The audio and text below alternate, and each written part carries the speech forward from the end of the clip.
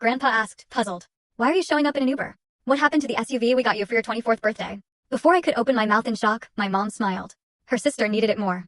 Everyone froze, and Grandpa did something none of us saw coming. Can you imagine being 24 years old, minding your own business, when your own grandfather asks why you're arriving in an Uber? Because he bought you a brand new SUV for your birthday that you never even knew existed? What if I told you that my own mother had systematically stolen from me for years, funneling every gift, every bit of support, directly to my sister? And the day it all came crashing down, well, it started with a car. Why are you arriving in an Uber? What happened to the SUV we bought you for your 24th birthday? My grandfather's voice cut through the crisp Nashville afternoon air like a knife. He stood on the front porch of his beautiful Victorian home, his weathered hands gripping the railing, his silver eyebrows knitted together in pure confusion. My stomach dropped. Before I could even process the question, a question that made absolutely no sense to me, my mother appeared in the doorway. That smile. That particular smile.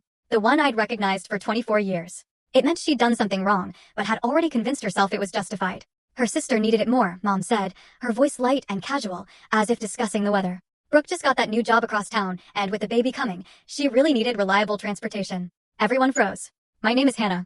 I'm 24. I work as an assistant manager at a boutique hotel downtown, a job I fought tooth and nail for after community college. I pay my own rent, my own bills. I've been meticulously building a life entirely separate from the chaos that always surrounded my family. But standing there in my grandfather's driveway, watching his face transform from confusion to something much darker, I realized, no matter how far I ran, some things would always catch up to me. What SUV?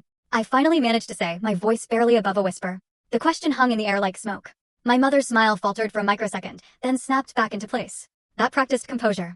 The one Grandpa gave you for your birthday, sweetheart. The black Chevrolet Equinox. Don't tell me you forgot already. Forget? I couldn't forget something I never knew existed. My 24th birthday was 3 months ago. I'd spent it working a double at the hotel, short-staffed as usual, then went home to my tiny studio apartment, ate leftover Chinese, and watched cooking shows. My mom called briefly to wish me happy birthday. For minutes exactly.